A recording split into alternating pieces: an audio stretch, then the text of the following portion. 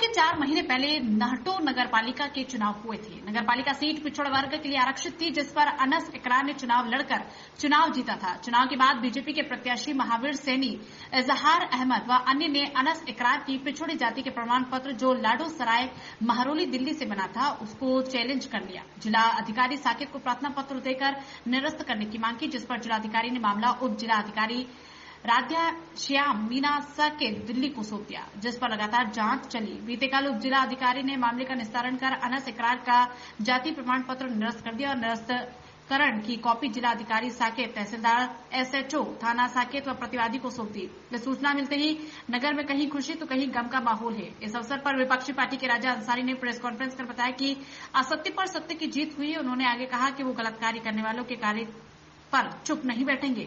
उन्होंने पिछड़ों की लड़ाई लड़ी है, जिसमें पिछड़ों की जीत हुई है। उसी को देखते हुए उसी रिपोर्ट के तहत एसडीएम साकेत साहब ने इस सर्टिफिकेट को निरस्त कर दिया है और आगे की कार्रवाई बिजनौर डीएम साहब के यहाँ से होगी और मेरे ख्याल में जल्द ही इस कार्रवाई को अंजाम दिया जाएगा। कितने लोगों के खिलाफ कार्रवाई हुई है? अभी तो फिलहाल 3 लोगों के खिलाफ कार्रवाई हुई है।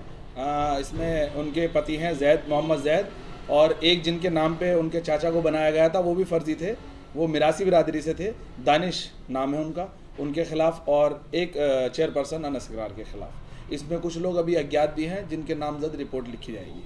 दानिश जो है ये कहाँ के रहने वाले?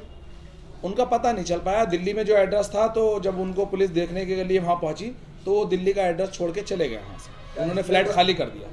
आधार कार्ड का भी कोई मामला है? हाँ, लगभग 3 आधार कार्ड हैं इनके चेयरपर्सन अनस इकरार के, जिसमें 2 जाली हैं। वो इसमें आदेश में मेंशन किए हैं और बहुत बड़ी मतलब इसमें आधार कार्ड को लेके भी फोर्जरी हुई है। अच्छा, इस पूरे मामले में शिकायतकर्ता कौन थे? शिकायतकर्ता इसमें महावीर सैनी और मैं इजहार अहमद के नाम से। मेरा जो असली नाम है वो इजहार अहमद है। तो इसमें जो अब वहाँ से कार्रवाई के लिए आदेश हुए हैं वहाँ से? जी हाँ, वहाँ से आदेश हुए हैं। पहले तो साकेत थाने के लिए आदेश हुए हैं मुकदमा दर्ज होने के लिए, और डीएम साहब बिजनौर, जिलाधिकारी बिजनौर साहब के लिए हुए हैं, और बाकी जो संबंधित विभाग होते हैं सभी जगह के लिए आदेश हुए हैं। इसमें आदेश में मैंने आपको दे दिए हैं, सब लिखा हुआ है। महरौली थाने में मुकदमा दर्ज हुआ? जी, वो पहले हमें लग रहा था कि महरौली थाने में होगा, लेकिन साकेत थाने में कराया है उन्होंने। ये यहाँ पर आदेश की कॉपी आ गई डीएम साहब? डिस्पैच हो गई थी कल पहुँचने में। मेरे ख्याल में स्पीड पोस्ट 2 दिन 3 दिन तो ले गई, हो सकता है आज पहुँच जाए, कल पहुँच जाए, लेकिन मैंने जो हमें सर्टिफाइड कॉपी हमें रिसीव हुई थी वो हमने आप लोगों को समझ रख दी है। अच्छा, आपकी ओर से अब अगली क्या रणनीति होगी? अगली कार्रवाई हम तो देखिए ऐसा है, हम जो लड़ रहे हैं, हम हक की लड़ाई लड़ रहे हैं। हमारा कुछ ऐसा नहीं कि कोई दुश्मनी है, वो भी हमारे भाई हैं, हमारे शहर के लोग हैं, कोई दिक्कत नहीं। ऐसा कोई बहुत बड़ा झगड़ा ज़मीन जायदाद का नहीं है। हम हक की लड़ाई लड़ रहे हैं। हमारी जो ये सीट इस बार चेयरमैनी की थी वो बैकवर्ड थी, उस पर जनरल को लड़ने का अधिकार नहीं था, लेकिन उन्होंने फोर्जरी करके इसे चुनाव लड़ा और उसी वजह से जो बैकवर्ड प्रत्याशी तमाम खड़े थे वो आपस में वोट कटने की वजह से उनका अकेला काम हो गया। इसके बैकवर्ड सर्टिफिकेट के अलावा भी आपके किसी अन्य मामले में भी कोई कार्रवाई करेगी? हाँ बिल्कुल, अभी एक कार्रवाई बाकी है। इसमें जो एज का बहुत बड़ा मामला होता है, आप जानते हैं, जो चेयरमैन बनता है उसको 30 साल की बिल्कुल मतलब पूरी उम्र चाहिए होती है। इनकी जो एज है, अभी ऐसा सुना है, सूत्रों द्वारा पता चला है कि उनकी एज भी कम है और 1, 2, 4 दिन, 1 महीना 2 महीना नहीं, कम से कम 6 महीने उम्र कम है, जिसके दस्तावेज जो हैं वो हम तक आ चुके हैं और जो बचे कुछ हैं वो दस्तावेज हम पे आ जाएंगे और फिर हम जो है वो जिलाधिकारी महोदय बिजनौर को हम ले जाकर देंगे। उन्होंने जो कार्रवाई वहाँ से दिल्ली से डीएम बिजनौर को प्रेषित किया, उसमें क्या आदेश है? उसमें आदेश में तो साफ क्लियर लिखा है कि ये जो नजीबाबाद की रिपोर्ट गई है उसके आधार पर वो सामान्य जाति में आते हैं वो, और दूसरा ये कि इन्होंने जो आधार कार्ड में फोर्जरी की है वो उसमें मेंशन है।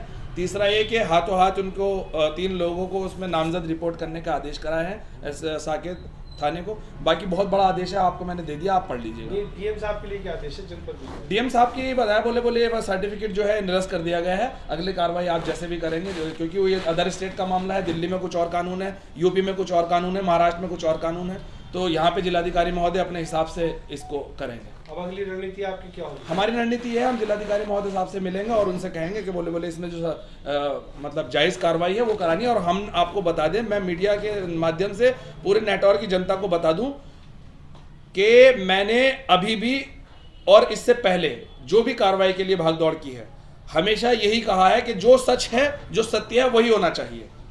क्योंकि मैं आपको बता दूं, जब मैं पिछली मर्तबा चुनाव जीता था, मैं 7 महीने नेटौर से बाहर रहा था, पूरे 7 महीने जेल काट के बाहर नेटौर आया था।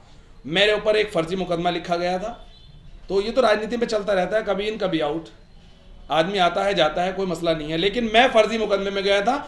हमारे जो एसडीएम साकेत साहब हैं, उन्होंने ये बात बताई है और जो हमने साक्ष्य लगाए हैं कि बिल्कुल 100 के 100% फर्जरी है, इसलिए इस पर मुकदमा दर्ज हुआ है। आपने इस संबंध में कोई चुनाव आयोग को भी शिकायत की है? जी, अब मैं आपको बता दूं, मैं अभी सुबह ही पहुंचा हूं और ये जो है हमारे पास जो है अभी सर्टिफाई कॉपी है, लेकिन हमारे पास जो डिस्पैच करने की कॉपियां आएंगी वो कल तक हमारे पास आएंगी। वो कॉपियां लेकर हम निर्वाचन आयोग भी जाएंगे, लखनऊ भी जाएंगे आयोग में, और जिलाधिकारी महोदय साहब से भी मिलेंगे। क्या पिछड़ा वर्ग आयोग में कोई शिकायत की गई? जी बिल्कुल की है हमने शिकायत वहाँ से, लेकिन उन्होंने ये कहा था कि अदर स्टेट का मामला है, पहले आप वहाँ से निरस्त कराइए, फिर उसके बाद हम एक्शन लेंगे। क्या सर्टिफिकेट कैंसिल होने के बाद चुनाव की दोबारा प्रक्रिया होगी? भाई ये तो मुझसे ज़्यादा आपको जानकारी है, आप पत्रकार महोदय हैं, आप ही बताएंगे कब चुनाव होंगे। लेकिन हाँ, इतना ज़रूर है, मेरी लड़ाई ये हक की लड़ाई है।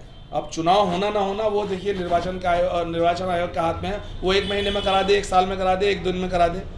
और चुनाव की बात ऐसी है कि चुनाव जब भी होगा, क्योंकि मैं सेवक हूँ और जनता की लड़ाई लड़ता हूँ, चुनाव में 100% लड़ूंगा हर हाल में, आज हो या 5 साल बाद हो या 50 साल बाद हो। यदि दूसरा पक्ष स्टे ले आता है तो क्या आप अपनी लड़ाई जारी रखेंगे या? देखिए ऐसा है, स्टे के लिए तो सारी कोर्टें खुली हैं। मेरा मानना तो यह है कि उन्हें स्टे ले जाने की जरूरत ही नहीं थी।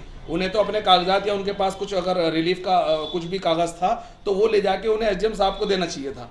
ये कोर्ट में जाने की जरूरत ही क्या है इतनी दूर? अब बताइए, निरस्त हो गया, तमाम फजीहत हो गई, तमाम मसले हो गए, इसमें मुकदमा लिखा जाएगा। वो भी लेडीज़ हैं बेचारी, उनके ऊपर मुकदमा लिखा जाएगा, इनका खुद का भी नाम मुकदमे में आएगा, इनके एक चाचा का मुकदमे में आएगा, ख़ानदान के मुझे लगता है और 2-4 लोगों के नाम आएंगे इसमें। तो मेरा मकसद ये है कि वहाँ इतनी दूर जाने की जरूरत क्या थी? आप तो स्टे से पहले कागज लगा देते। क्या इन्होंने राजनीति का शौक रखने वाले कभी हार तो मानते नहीं? हाँ, जैसे मैंने नहीं मारी वानी, मैं तो कभी मानता नहीं। हो सकता वो मुझसे ज़्यादा तेज़ दौड़ने वाले हों, तो मैं तो चाहता हूँ कि खूब दौड़े, तो खुला मैदान है। क्या इन्होंने एसडीएम साकेत को कोई कागज नहीं? ये तो आज तक पेश ही नहीं हो सके। उनके ऑफिस के बाहर जाते हैं और बैठ के आ जाते हैं वहाँ पे। आज तक एसडीएम साहब के समक्ष नहीं हुए। आखिरी वाली डेट में इनके 2 वकील गए थे और एक यहाँ पे रफ़ीक पलटू हैं, उनकी वाइफ भी अभी जेल गई हैं। एक मोबिन थे, वो गए हैं, वो गए थे, उन्होंने वहाँ पे अपना अटेंडेंस दी कि हम आए हैं, हमें पता नहीं था। एसडीएम साहब बोले मैं अभी कैमरे की रिकॉर्डिंग निकाल के दिखा देता हूँ।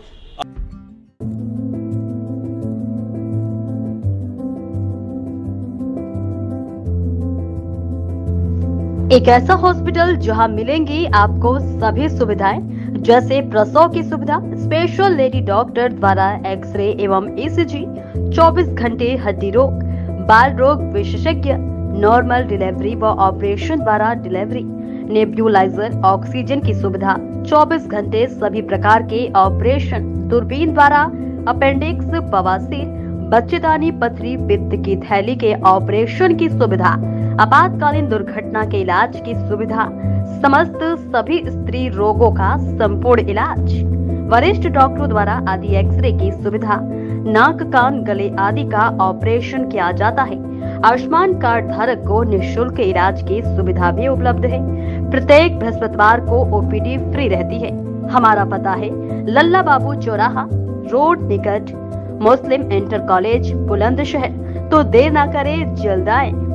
Meerut lifeline multinational hospital.